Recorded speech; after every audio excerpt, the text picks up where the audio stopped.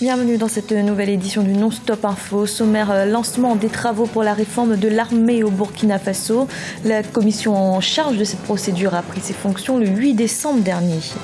L'ancienne rébellion congolaise du M23 va participer au dialogue national convoqué par le président Joseph Kabila. Le mouvement entend d'ailleurs faire des propositions sur le calendrier électoral. Et lumière sur l'écrivain somalien Nouroudine Farah. Dans ses romans, il raconte la Somalie d'aujourd'hui, aux prises avec les attaques du groupe terroriste Al-Shabaab. Mais tout d'abord, c'est ce vendredi la dernière journée de discussion à la COP21, la conférence sur le climat à Paris. Le projet d'accord final pour lutter contre le réchauffement de la planète a en effet été repoussé à samedi matin.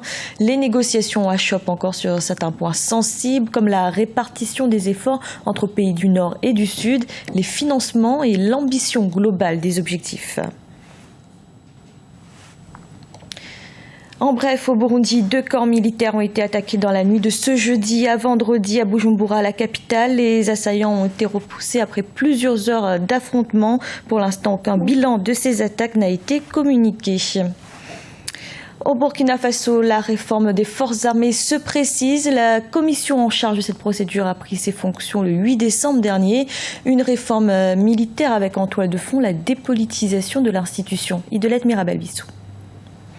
Au Burkina Faso, la commission de la réforme des armées a été mise en place par le président de la transition, Michel Kafando, le 8 décembre 2015. Elle est composée de 20 membres, tous militaires. Sa mission, faire des propositions sur la réforme des forces armées nationales en juin 2016. L'idée, c'est de réformer, restructurer cette armée pour qu'elle soit de plus en plus républicaine, qu'elle se concentre principalement au rôle régalien qui est assigné aux armées nationales, c'est-à-dire la protection de l'intégrité territoriale, la défense de la nation, la protection des populations et non pas la protection d'un régime ou d'un président. L'objectif principal de cette commission est d'interdire l'implication de l'armée dans les affaires politiques. Ceci va permettre, selon certains observateurs, de ramener la sérénité au sein de l'armée nationale burkinabé, dont la cohésion a été durement éprouvée lors des mutineries de 2011 et du coup d'État déjoué de septembre 2015. Pour ma part, la mise en place d'une commission pour réfléchir sur la réforme de l'armée n'est pas en soi une mauvaise chose.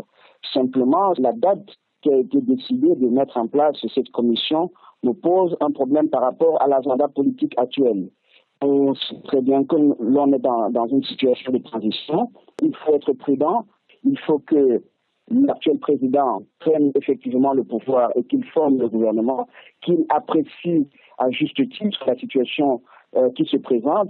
Il aura le plein pouvoir de procéder à la réconciliation nationale. Il aura le plein pouvoir de procéder à la réconciliation au sein de l'institution militaire. L'installation de la commission de la réforme des armées intervient 2 mois après la dissolution de l'ex-régiment de sécurité présidentielle RSP. Les membres de la commission, durant 6 mois, vont pouvoir faire des propositions réalistes afin de lever les obstacles à la construction d'une armée républicaine au Burkina Faso. Dans l'actualité également, une nouvelle réunion sur la crise libyenne s'est ouverte ce jeudi en Tunisie. Une concertation entre les parties rivales sous l'égide des Nations Unies qui continue de défendre son projet contesté de gouvernement d'union nationale. À noter qu'un sommet international est prévu ce dimanche 13 décembre à Rome, en Italie. En République démocratique du Congo, l'ancienne rébellion du M23 s'apprête à participer au dialogue national convoqué par le président Joseph Kabila. Un responsable du mouvement a indiqué que des propositions seraient faites sur le calendrier électoral et le financement des élections. Lisa Siakizimana.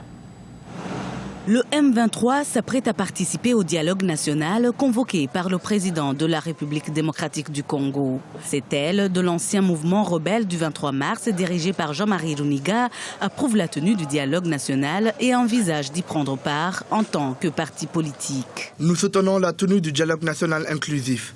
Notre mouvement a déjà été transformé en parti politique, conformément aux déclarations de Nairobi, qui demandent au M23 de se constituer en parti politique. Jean-Marie Runiga a dirigé le M23 mais a été remplacé à la tête du mouvement en 2013 par Bertrand Bisimwa. C'est ce dernier qui a donc participé aux négociations de Nairobi le 12 décembre 2013 qui ont abouti à un accord cadre. Pour certains observateurs, la participation de Jean-Marie Runiga au dialogue national en tant que leader du nouveau mouvement constitue une problématique. Si nous considérons les accords de Nairobi, l'interlocuteur, c'est Bijimwa et non pas Runiga. Si les Runiga veulent créer un parti politique, c'est au même titre que n'importe lequel des Congolais, et de ce point de vue-là, ils n'ont pas à revendiquer à nos yeux, du point de vue de la légalité et des implications diplomatiques, de se réclamer de dispositions qu'ils n'ont pas signées, dont ils ne sont pas signataires, parce qu'ils étaient en rupture de banc avec les autres. Ça, c'est la première difficulté. Et la seconde difficulté est de la suivante. M. Runiga a des sanctions qui pèsent sur lui, consécutivement à ce qui s'est passé sur le terrain, et à l'heure où nous parlons, il y a même un mandat international émis contre M. Runiga. Donc, ça ajoute à la difficulté, il n'est pas amnistiable. S'il met ses pieds en RDC, la première conséquence, c'est qu'on va mettre la main dessus. Le nouveau parti de Jean-Marie Runiga est en cours d'enregistrement au niveau du ministère de l'Intérieur congolais. Pour l'heure, les membres de cette formation travaillent sur les propositions qu'ils vont dévoiler lors du dialogue national inclusif voulu par le président Joseph Kabila. Lumière à présent sur l'écrivain somalien Nouroudine Farah. Dans ses romans, il raconte la Somalie d'aujourd'hui, aux prises avec les attaques du groupe terroriste Al-Shabaab. Il révèle également les changements profonds dus à cette situation d'insécurité dont les femmes sont les premières victimes. Et de l'aide Mirabel Bissou.